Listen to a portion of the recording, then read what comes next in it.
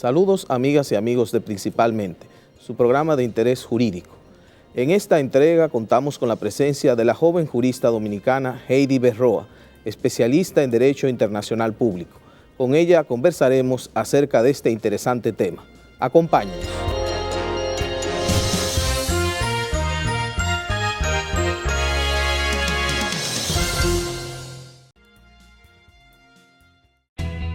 Desde el 1989, Seaboard se convierte en la primera generadora privada de energía de República Dominicana.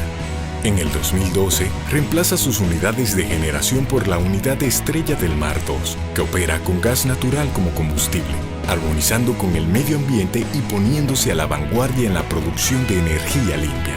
Seaboard, comprometidos con la satisfacción de sus clientes, el desarrollo nacional y el medio ambiente. Eres soporte de la familia. Eres de los que con su trabajo mueven la rueda que pone en marcha al país. Ahora la patria te convoca para que seas vigilante de la democracia. Intégrate a un colegio electoral. Obtén más información en www.jce.do, acudiendo a la Junta Electoral del municipio o llamando a Fonojunta a los teléfonos 809-534-0523 y desde el interior sin cargos 1-809-200-0523. Tú puedes ser garantía, hacer la diferencia. Intégrate, tú cuentas. Junta Central Electoral, garantía de identidad y democracia.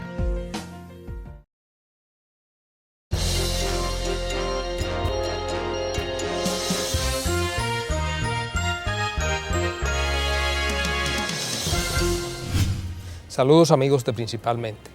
Hoy Principalmente se llena de galo porque contamos con la presencia de una joven jurista dominicana que tiene varias especialidades, pero ha hecho fundamental hincapié en una rama del derecho que tiene una particular relevancia. Se trata del derecho internacional público.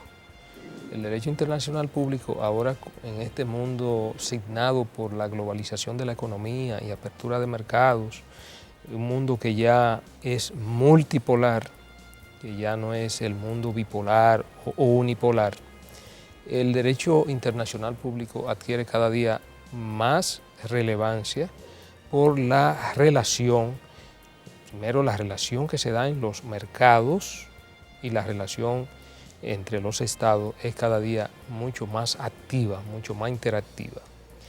Pues principalmente hoy tiene el honor de presentarles a todos ustedes a la doctora Heidi Berroa. Con ella vamos a tratar de este y otros temas interesantísimos porque también ella discurre en el derecho constitucional y otras ramas del derecho. Heidi, además de mantener un ejercicio profesional, ha tenido una experiencia de trabajo que comienza en la Suprema Corte de Justicia, pero también en el Tribunal Constitucional, pero a su vez ha descollado en la academia.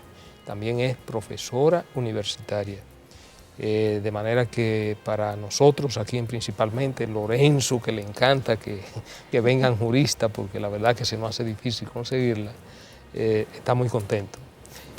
Heidi, gracias. Un placer tenerte aquí con nosotros Principalmente. Muchas gracias por su bienvenida, gracias por la invitación. Para mí un honor compartir con ustedes. Mira Heidi, precisamente hablando de derecho internacional público y la interrelación que se da entre los estados y en este mundo de hoy, mundo global, se pudiera considerar el mundo como una aldea global, porque ya con el gran desarrollo tecnológico, el mundo ya es un pequeño vecindario. Lo que ocurre ahora en China, en este momento, en fracciones de segundo, se sabe aquí y en todas partes del mundo. De manera que el desarrollo de la tecnología y de las comunicaciones ha hecho eso, que el mundo se convierta en una aldea global. Eso también tiene un impacto muy fuerte en lo que es las ramas del derecho, que ha sido la que a ti más te ha gustado y ha descollado, que es el derecho internacional público. República Dominicana también ha sido impactada por ese desarrollo tecnológico y también por el desarrollo del derecho internacional público, lo que significa no solo para República Dominicana, sino para los diferentes estados del mundo, que el concepto de soberanía tenga ya una connotación que no era la que tenía hace 50 años atrás. ¿Cuál es el enfoque que debe darse a ese derecho internacional público moderno, sobre todo desde el punto de vista del Estado y su manejo interno, de acuerdo con su norma, la aplicación de la misma como Estado soberano? Sí, mire, primero yo pienso que el Estado, tanto el Estado dominicano como cualquier Estado que se aboque a esa interrogante, primero debe pensar cuáles son sus objetivos o cuál es la política internacional que ellos quieren seguir. Y conforme a esa política, pues tratar en lo más posible de mantener una congruencia, pero sobre todo de respetar el orden internacional público al cual se ha adherido, porque el problema es que nos insertamos en el concierto de naciones internacionales y luego damos la espalda a muchas de las cosas que son las que nos reglamentan en ese concierto. Entonces yo entiendo que la soberanía, lejos de ser un concepto, como muchos piensan, que es un concepto donde el Estado delega algo, es un concepto donde se le da potestad al Estado de participar en algo. La soberanía es un atributo de la personalidad jurídica del Estado y es por ende que ese atributo le da y le permite participar en ese concierto de naciones. El Estado no está relegando o regalando nada cuando participa. Sí puede estar relegando su soberanía cuando deja de cumplir las normas a las que se sometió y cuando no hace que se cumplan las normas internas también, porque debe haber una balanza entre las normas internas y las normas internacionales en las cuales el Estado está participando. A propósito de ese balance al que tú haces referencia, quizás una de las grandes preocupaciones que hay en este mundo donde la reacción es tan inmediata y donde hay una suerte de supervisión no solamente de los habitantes de un Estado, de los ciudadanos, sino también de la comunidad internacional. Claro. Y donde hay instrumentos, mecanismos, incluso de supervisión del seguimiento de esas políticas que los Estados han asumido en ejercicio de su soberanía, pero en algunos casos se plantea, bueno, somos todos Estados soberanos, y esa ha sido la historia del mundo, ¿verdad? Sí. Todos somos Estados libres y soberanos, pero algunos son más libres y soberanos que otros. Claro. ¿Cómo se logra ese balance? Y además, ¿qué tan cercano a digamos, a un ideal de trato justo o de convivencia mínimamente justa es el mundo de hoy con relación, por ejemplo, al mundo de hace 50 años?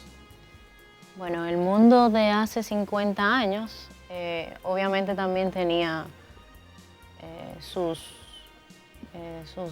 hitos, tenía sus diferencias. Un poquito cuesta arriba tratar de compararlo por el momento histórico, pero hace 50 años acabábamos de salir de una Segunda Guerra Mundial y el mundo estaba en arreglos, inclusive territoriales, políticos. Era un poco complicado en cuanto a eso. Hoy en día tenemos territorios muy definidos, pero aún tenemos guerras. Hoy en día tenemos tecnología, pero hay estados que están sumidos todavía en la hambruna. O sea que hay cosas que podemos decir que hemos avanzado, pero hay otras cosas que siguen siendo igual. Si en aquel momento acabamos de salir de una guerra y hoy en día, 50 años después, estamos todavía teniendo guerra y las reglas internacionales eran prácticamente las mismas, pues yo diría que la diferencia básicamente es de cumplimiento, de poder hacer cumplir esas normas. Porque el derecho a la guerra, por ejemplo, es un derecho que está reglamentado. Hay normas internacionales, norma internacional humanitaria, que dictan cómo se puede hacer una guerra dentro de lo legal, pero normalmente esas normas no se ven cumplidas cuando hay un conflicto internacional. Y aunque tenemos sentencias internacionales que penalizan esos hechos, sabemos que el derecho internacional público es bastante abstracto y que al Estado, para penalizarlo, pues se queda un poco en el aire, digamos, no es como una persona física. No cumple una pena igual que una persona física. Entonces, la diferencia de aquella época y esta época, independientemente de la modernidad, yo creo que no es mucha en cuanto a las normas. Y cómo podemos hacer que eso funcione va a depender mucho de los estados y de la voluntad de los mismos. Porque si bien es cierto que existe un reglamento o un derecho internacional público, no es menos cierto que los estados actúan y lo ejercen conforme a sus intereses, normalmente políticos. El concepto de soberanía, y quizás con esto me voy en el mismo sentido de que planteaba Ramón su pregunta, ¿no le parece que ha cambiado, que ha mutado desde su concepción original hasta lo que ocurre hoy día? Y le planteo tres cuestiones. Número uno, cómo opera la Comunidad Económica Europea en un espacio, digamos que prácticamente existe libertad de tránsito de mercancías, de personas entre los países, en donde las directivas, por ejemplo, que dicta la Comunidad Económica Europea son aplicables directamente a nivel de los estados.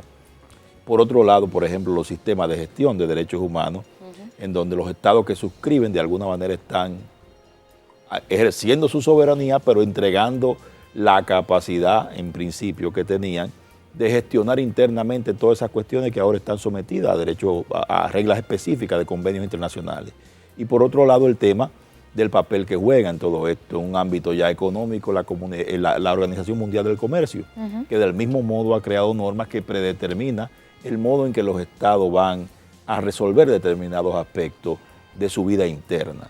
Entonces, hablar del concepto de soberanía en el sentido tradicional, ¿no le parece a usted que quizás ha sido morigerado por la manera en que estas cuestiones se gestionan hoy día y en la manera en que el Estado cada vez controla menos de manera absoluta en el sentido tradicional, cómo habrá de gestionar a nivel interno su vida? Por supuesto, en la práctica el concepto ha cambiado muchísimo y como bien decía el doctor Jiménez, se debe a los tiempos que estamos viviendo. Hoy en día el mundo es más pequeño porque estamos muy conectados. El mundo ya es, como él decía, es una aldea global. Todo lo que ocurre en cualquier lugar ya se sabe en otro, en segundos. Ese concepto y todo el tema de la Unión Europea, de los derechos humanos, debemos recordar que un Estado puede suscribir un acuerdo internacional específicamente en el ámbito de derechos humanos y no necesariamente tiene que someterse a la competencia de la Corte que ejecuta ese tratado. El Estado Dominicano, por ejemplo, si firma un acuerdo internacional de derechos humanos, como es el Acuerdo de San José, que de hecho está firmado, para estar sometido a la jurisdicción obligatoria de la Corte, el Estado Dominicano firmó un documento para someterse a la jurisdicción de la Corte. Si el Estado Dominicano no hubiera firmado ese documento, la Corte Interamericana de Derechos Humanos pues no tiene jurisdicción sobre el Estado Dominicano, independientemente de que el Estado Dominicano haya firmado el Pacto de San José.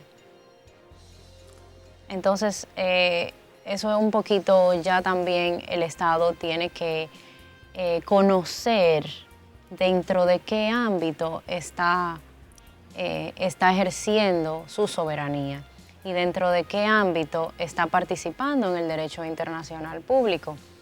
La soberanía yo no la veo mermada porque el Estado participe, más bien veo que la ejerce. O sea, un Estado que está activo en el ámbito internacional está ejerciendo su soberanía. ¿Cuándo el Estado cede su soberanía?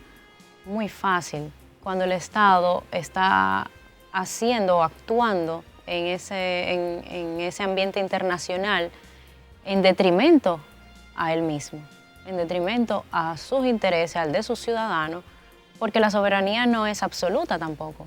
La soberanía es, como bien usted mencionaba, el caso de los derechos humanos, es lo mismo que pasa con los derechos humanos. yo como individuo tengo libertad de tránsito, pero mi libertad de tránsito no implica que yo deba aplastar a otra persona y no le permita a esa persona transitar libremente.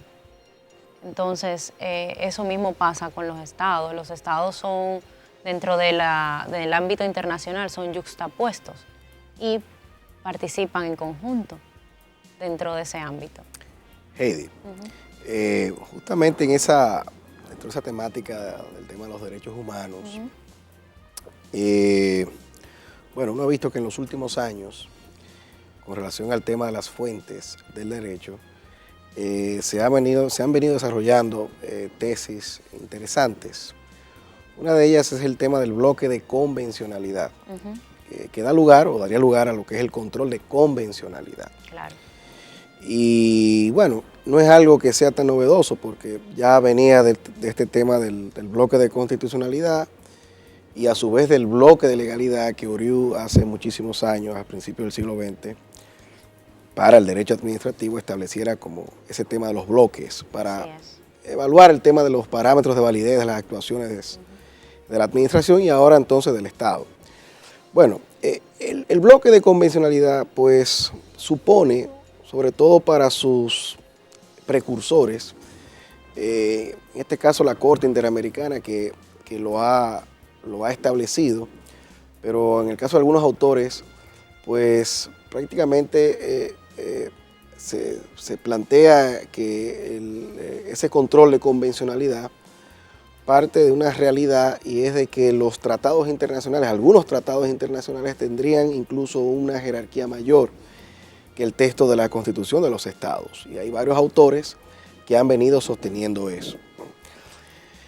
Eso en principio uno dice, bueno, pero para que ese tratado pueda incorporarse necesita pasar por el filtro de la Constitución del Estado en lo que es el mecanismo de cómo se incorpora y de ahí entonces se vendría a decir, bueno, no puede estar por encima del texto que es el que le sirve como de, vamos a decir, de plataforma para que pueda incorporarse al ordenamiento jurídico. Sin embargo, viene entonces ese problema de que una vez la Corte pues ejerce un control de convencionalidad, viene la problemática de cómo ejecutar eso. Y ahí viene el tema de la soberanía que vuelve a ponerse sobre el tapete. Y bueno, ya eso ha dado el traste también de que varios estados hayan denunciado los tratados de la Corte. ¿Qué te parece a ti este tema? ¿Ha venido a traer un problema para la soberanía esto del control de convencionalidad? O sea, o esto ha venido para quedarse, o de qué manera pueden lidiar los estados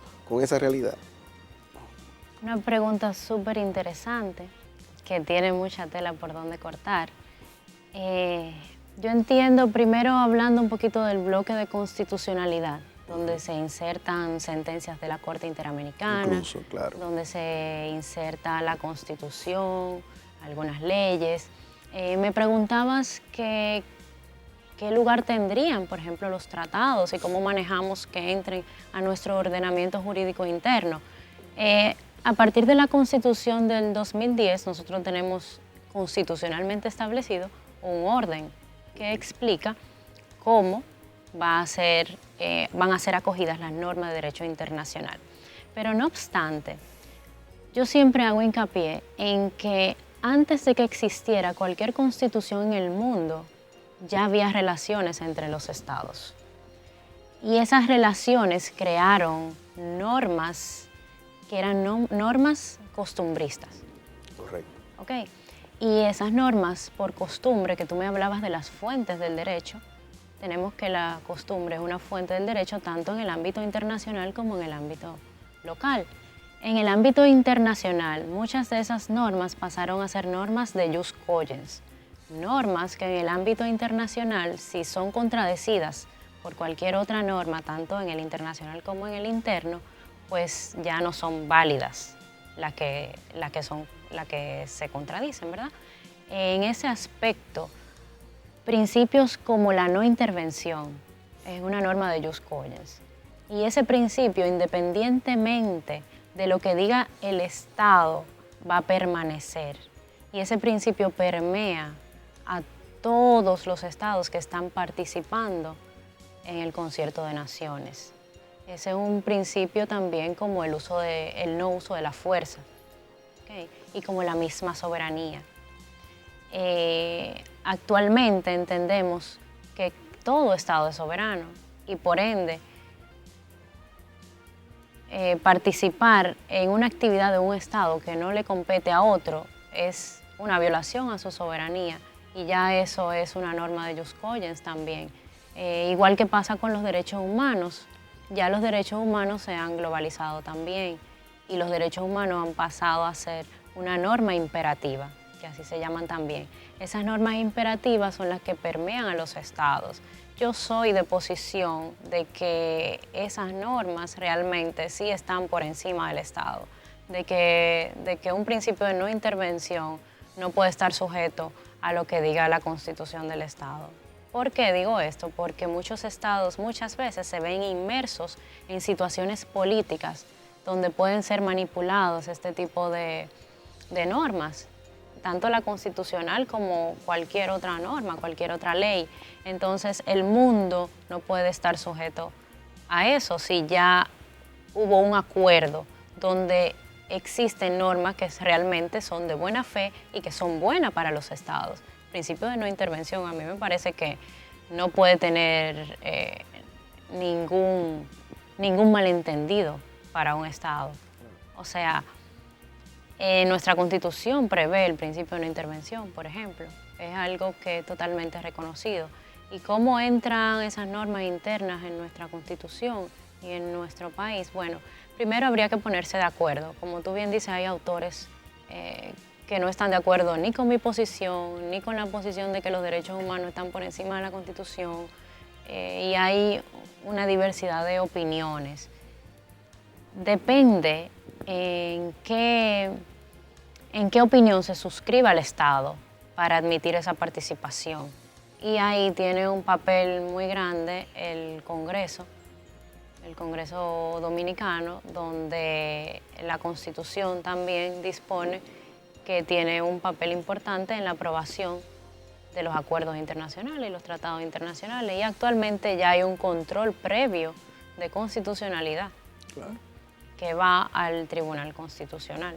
Gracias. Antes de que estuviera el tribunal iba a la Suprema Corte de Justicia. Ya hoy en día, después de la instalación del tribunal, pues por ahí pasa todo lo que son los acuerdos que se votaron en el Congreso para que sean entonces confirmados, digamos así, en el Tribunal Constitucional. No sé si te respondí todas las preguntas. Sí, seguro.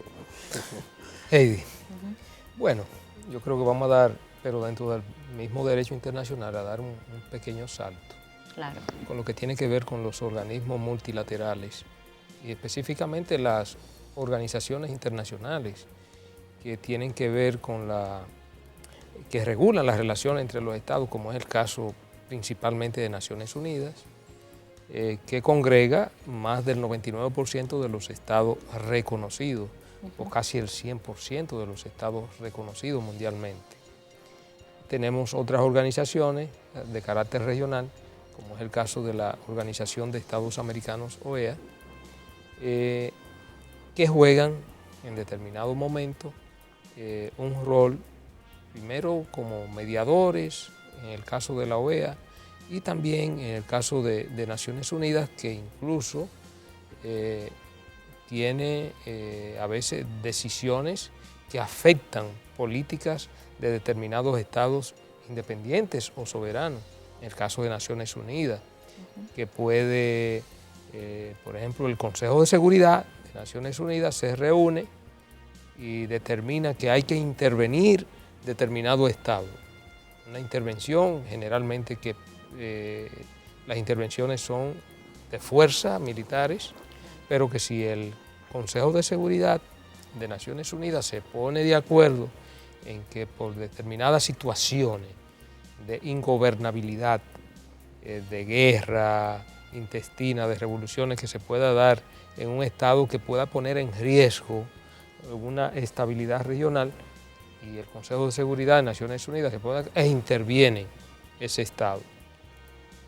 Pero se da una correlación de fuerza en esas organizaciones que generalmente está determinada por las naciones, por los países que tienen mayor poder económico, mayor control. Llámese Estados Unidos de Norteamérica, que aún a pesar del deterioro sigue siendo la primera potencia militar del mundo, y ahora con otra potencia que, aunque se dice que ha superado en términos económicos a Estados Unidos, pero todavía es la segunda potencia, China, y otras potencias como Inglaterra, Francia, que son en definitiva la que determina la Unión Soviética, Rusia ahora, la Confederación Rusa, que todavía sigue siendo una potencia militar, si se quiere la segunda potencia militar, a pesar del resquebrajamiento de la Unión Soviética. Entonces, ¿cómo desde el punto de vista del derecho internacional público se ha reconfigurado ese equilibrio de fuerza que se da en el seno fundamentalmente de Naciones Unidas para incidir en lo que son las políticas locales, en los cambios que se dan a lo interno de los diferentes estados que forman parte de la organización? Bueno, mire, tengo que serle muy sincera. Mi posición es que el Consejo de Naciones Unidas está obsoleto.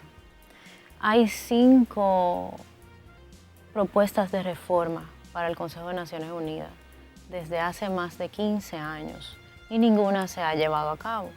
Como usted bien dijo, ese consejo está compuesto por esas 5 naciones que en este momento serían las más poderosas del mundo porque tienen el poder de decidir y además tienen poder de veto dentro de las Naciones Unidas, que es una de sus potestades como parte del Consejo. O sea que cualquier nación que no esté de acuerdo y ellos veten esa posición, pues lo que se queda ejecutado es la posición del Consejo. ¿Qué me refiero con eso? Me refiero a que esas 5 naciones, Estados Unidos, Rusia, Francia, Inglaterra y China, pues tienen en sus manos muchas veces las decisiones muy importantes de estados que están en estado de vulnerabilidad, valga la redundancia, en estado que esas naciones no siempre conocen. Entonces es un poquito cuesta arriba dejarle toda la decisión a ellos, pero es un asunto de poder económico, como usted muy bien dijo. Hay una de las reformas que plantea que Brasil esté dentro del Consejo de Seguridad de la ONU como representante de Latinoamérica. Eso podría equilibrar un poco la toma de decisiones en el ámbito regional, porque nosotros como Latinoamérica o como latinos no estamos representados en ese consejo. Por lo menos en el Consejo Permanente. En el Consejo de Seguridad. El Consejo de Seguridad, que son miembros permanentes y hay miembros que son rotativos. Exactamente. Que se eligen por determinado tiempo. Claro, pero en ese Consejo de Seguridad, que al final del día es el que toma las decisiones finales, solo están representadas esas 5 naciones y tienen poder absoluto sobre sus decisiones. Inclusive, independientemente del estado que sea, que tenga una opinión diferente al Consejo de Seguridad, no importa por su poder de veto.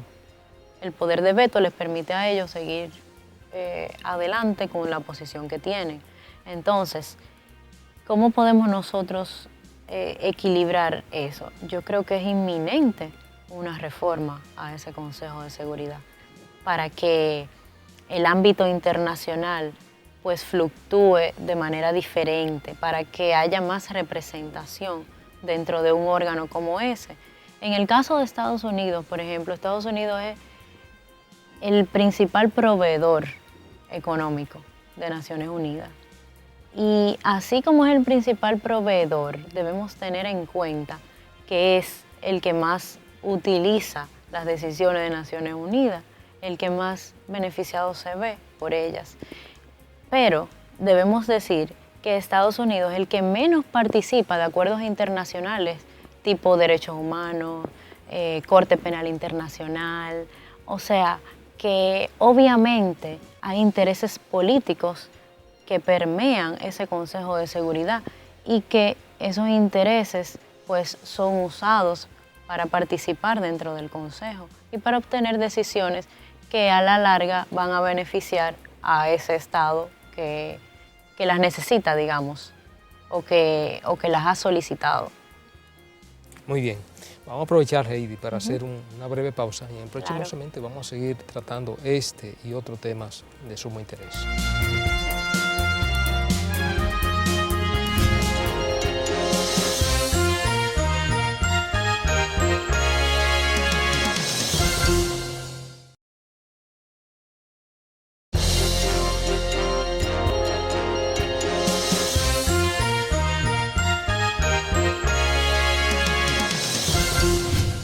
Seguimos, amigos, principalmente hoy con la grata presencia de la distinguida joven abogada Heidi Berroa. Heidi, bueno, hemos ya visto algunos aspectos interesantísimos del derecho internacional público, pero es bastante amplio el derecho internacional público, el derecho de gentes.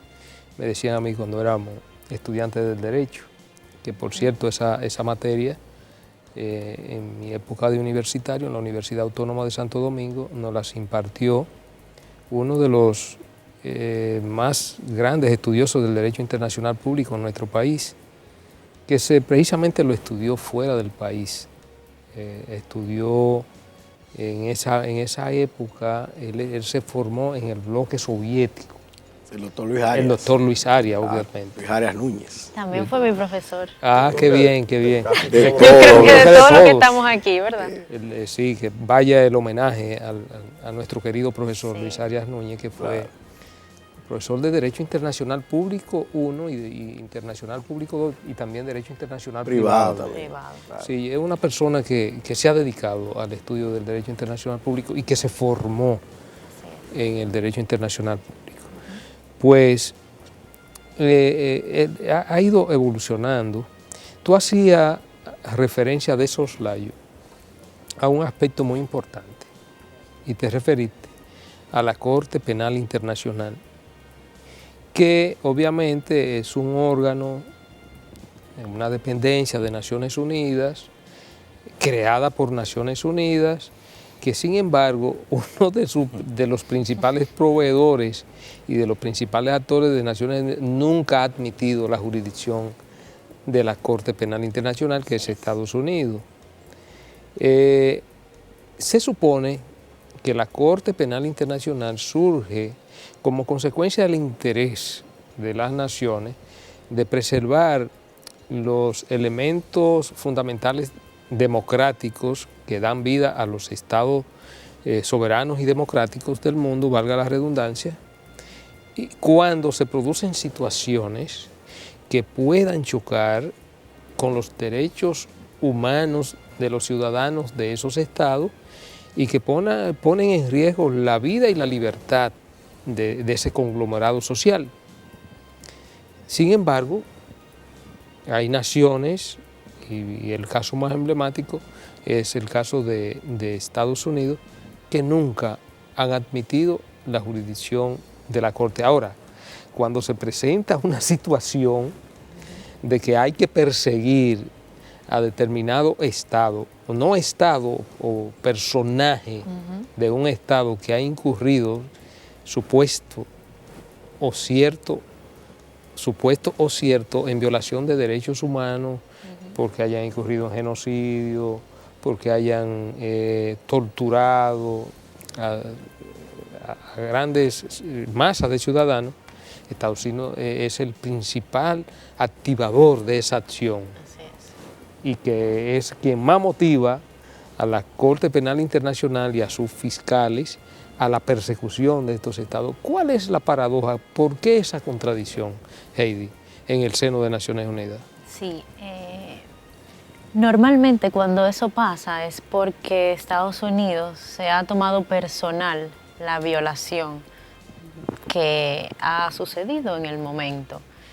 Y más que motivar a un fiscal, por ejemplo, de la Corte Penal Internacional, yo pienso que ellos motivan que sean ellos quienes persigan a ese violador de esa de la Corte o del crimen de lesa humanidad, del genocidio, del crimen de guerra, que son 3 de los crímenes que persiguen la Corte Penal Internacional. Y yo lo que veo es que Estados Unidos decide ellos perseguir al imputado y no dejar que el órgano oficial sea quien haga el trabajo tanto de persecución como de juzgar.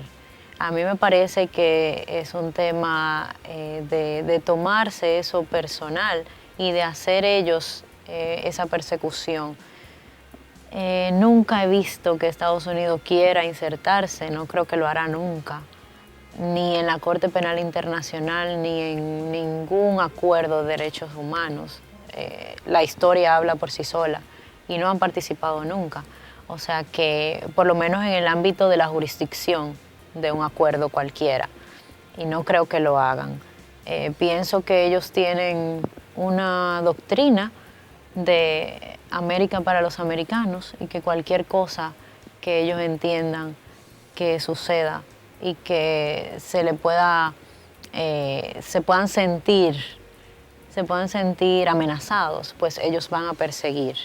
Siempre también debemos tener en cuenta que ellos tienen intereses de ultramar y muchas veces esos intereses hacen que ellos persigan cosas donde nosotros quizás no vemos o pensamos que no son. Ellos están detrás de algo más. Muchas veces del petróleo, muchas veces del agua. Quizás mucha gente no sabe que hoy en día hay guerras por el agua. Ahí en África, en Asia, en Siberia, grandes cantidades de agua muy importantes que hoy en día están escaseando a nivel mundial.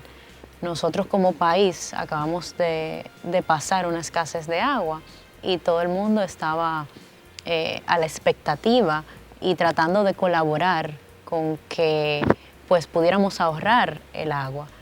Y eso ya está pasando a un nivel macro que quizás los estadistas están más al día de cómo nosotros, el mundo entero, de cómo se está quedando sin algunos recursos.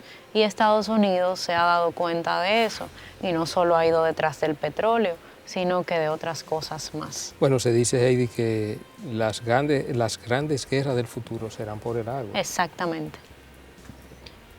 Exactamente. Tenemos en África la región de los Grandes Lagos, que no tiene nada que ver con la de Estados Unidos, donde ahí ya hay muchos desplazados, hay muchas violaciones de derechos humanos y hay personas que realmente han perdido hasta la vida por el tema de poderlos llevar a otros lugares y utilizar esas fuentes de recursos, específicamente el agua.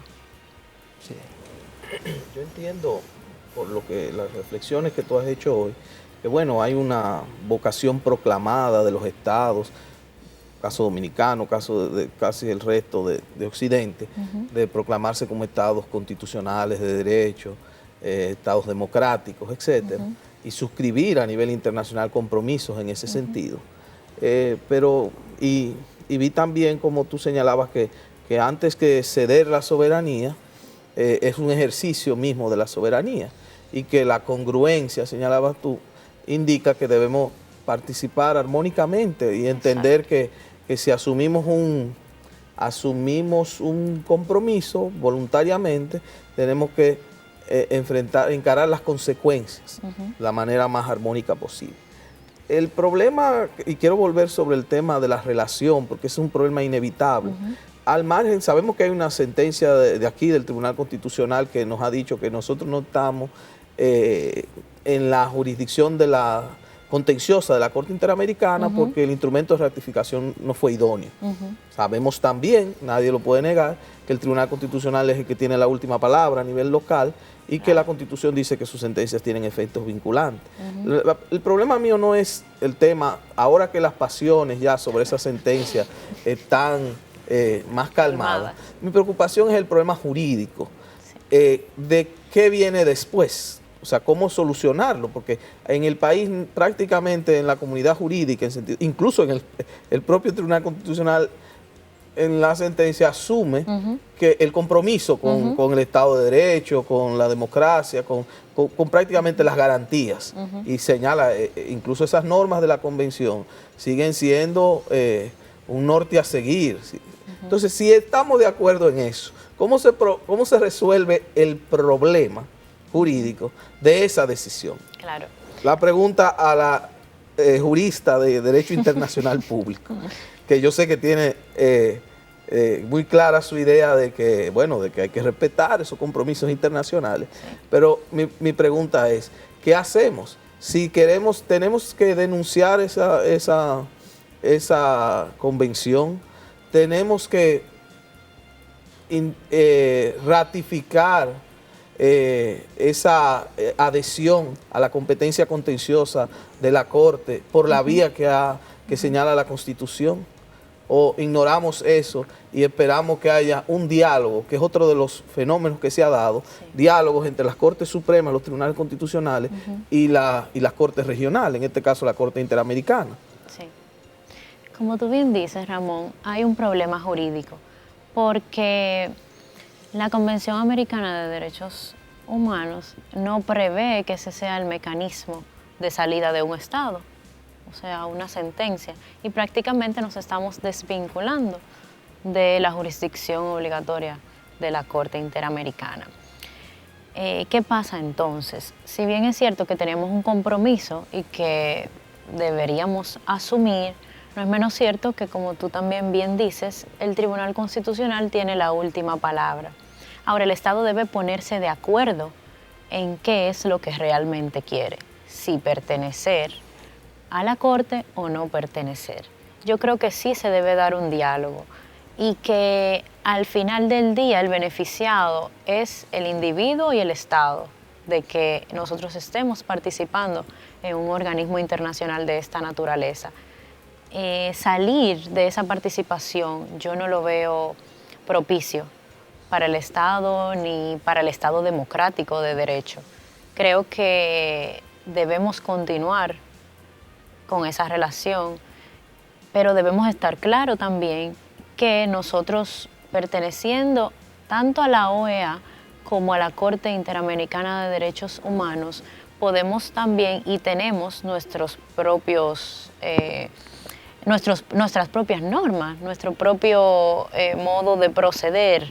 No vamos a delegar tampoco nuestra soberanía, lo digo porque hace unos días, hace un mes y tanto, pues tuvimos el informe de la OEA respecto al plan de regularización haitiano y hubo muchos comentarios respecto a nuestra soberanía, respecto a que si la OEA nos venía a imponer cosas a nosotros. Eso es un informe de carácter, como bien lo dice su nombre, de carácter informativo. Ya nosotros vamos a decidir qué hacer con él. Levantó muchas suspicacias. A mí me levantó más suspicacias los comentarios del secretario general que el informe. O sea, el informe realmente ya nosotros lo podemos manejar. Ahora, la manera en la que se habló de República Dominicana ya sí puede, digamos que frizar las relaciones entre República Dominicana y la OEA. Yo creo que sí, que debe haber un diálogo. Creo que debemos también continuar participando en este tipo de iniciativa internacional. Me parece que es positivo para el Estado. En el ámbito de la convención hay dos cosas distintas. Una cosa que ocurrió después de la ratificación del tratado fue el asumir la competencia de la Corte. Así es. Para resolver ya casos particulares de República Dominicana. Pero lo que sería interesante que los televidentes pudieran comprender es si el hecho de que República Dominicana haya dicho a través de una decisión del Tribunal Constitucional que el instrumento de adhesión a la competencia de la Corte no era válido, significa que la República Dominicana no esté en la obligación de aplicar el convenio, que es una cosa completamente distinta.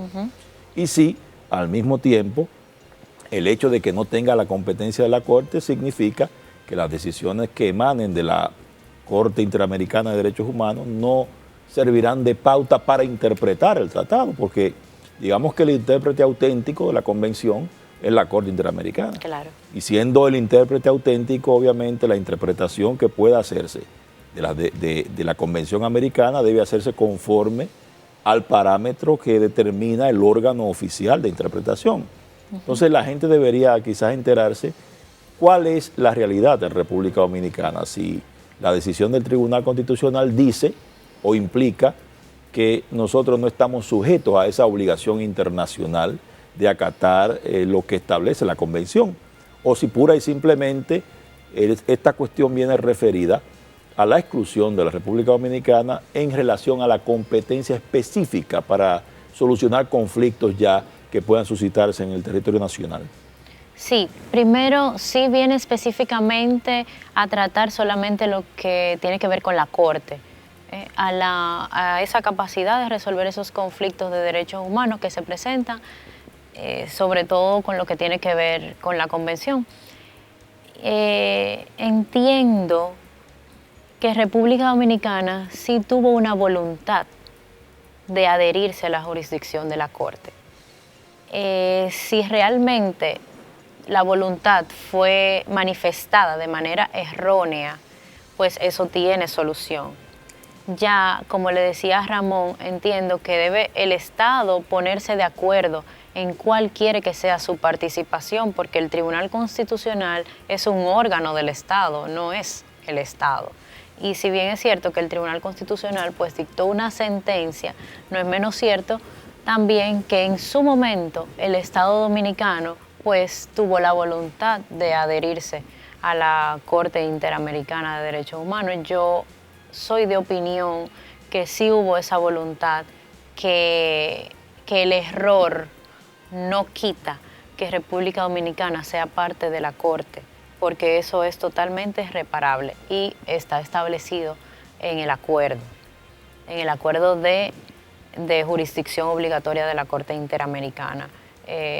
Simplemente podemos nosotros pues ratificar que pertenecemos a la Corte. Ahora sí tenemos un inconveniente jurídico, como bien expresaba Ramón. Tenemos la sentencia de la Corte, del Tribunal Constitucional, y tenemos, por otro lado, que el Estado había dicho que participaría en la Corte. Entonces, ¿qué hacemos? Yo sigo siendo de opinión que debemos buscar el diálogo y debemos ponernos de acuerdo como Estado, simplemente porque jurídicamente tenemos un bache. Jurídicamente no hay forma de que podamos hacer un match, digamos, entre la sentencia del tribunal y lo que es la Corte Interamericana de Derechos Humanos. Desde mi punto de vista, nosotros no hemos salido de la Corte Interamericana de Derechos Humanos. ¿Por qué? Porque el Estado debe apelar al mecanismo de denuncia que se establece en el acuerdo, y eso no es lo que hemos hecho. Bueno, ahí entonces, porque no se deslindaría ahí lo que sería la competencia jurisdiccional, propiamente hablando, de la Corte como tal, y otra cosa sería la convención, o sea, la aplicación de la convención, pregunto.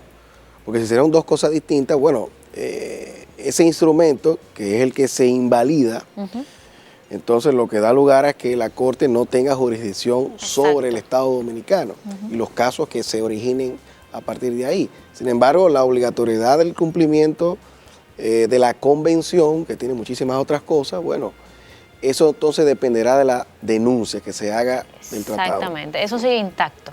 Heidi, vamos a aprovechar para hacer una breve pausa. Okay. Y en el próximo segmento entonces tú respondes la inquietud de Manuel.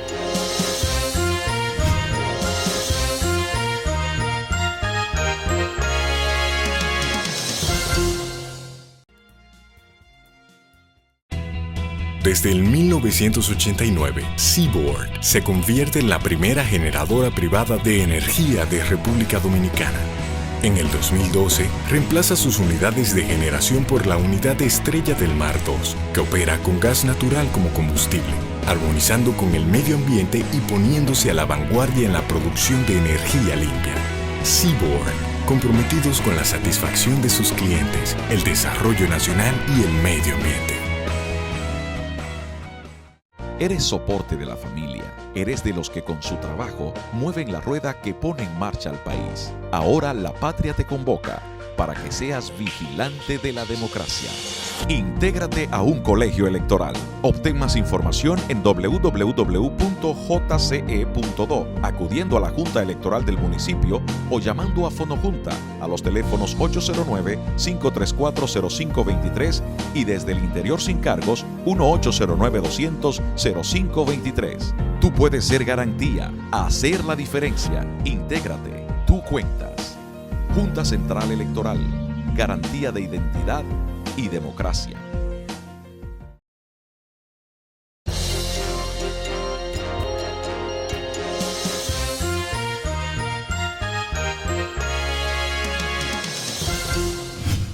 Seguimos, amigos, en Principalmente. Bien, en el segmento anterior, Heidi, Manuel te expresaba una inquietud con relación a la especie de limbo que después de la decisión del Tribunal Constitucional, jurídicamente el Estado Dominicano tiene frente a la Corte Interamericana de Derechos Humanos. Decía Manuel que por una parte en la decisión del Tribunal Constitucional se alega que no se cumplió con los requisitos constitucionales que demanda la Constitución de la ratificación por parte del Congreso Nacional para hacer efectivo esa decisión. La competencia de la Corte. Es la competencia de la Corte.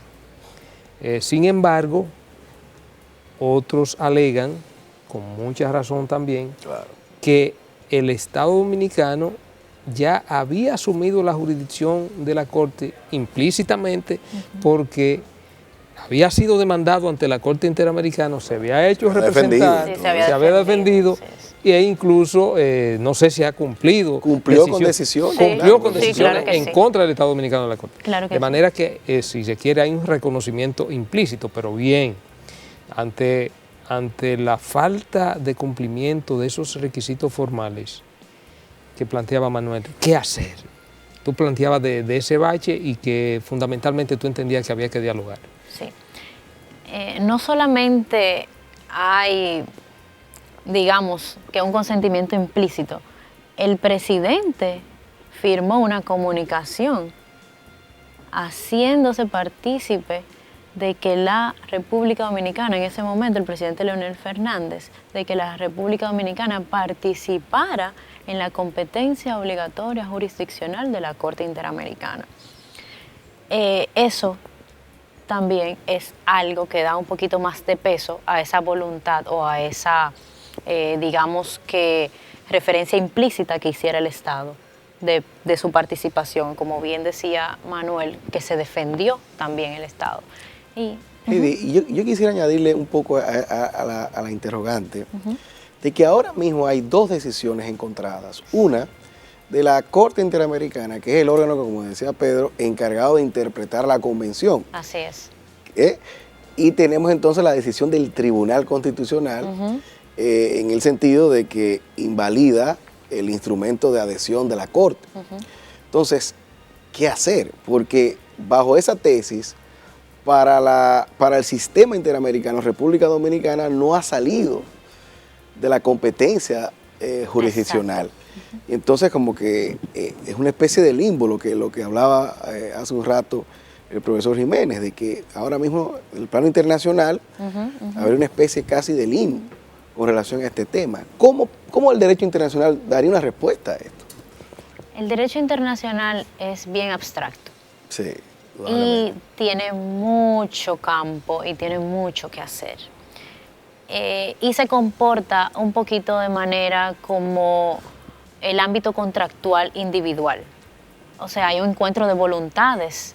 ¿De quiénes? De los sujetos internacionales, que en este caso son los estados. Los estados siempre han sido y seguirán siendo el sujeto de derecho internacional público por excelencia.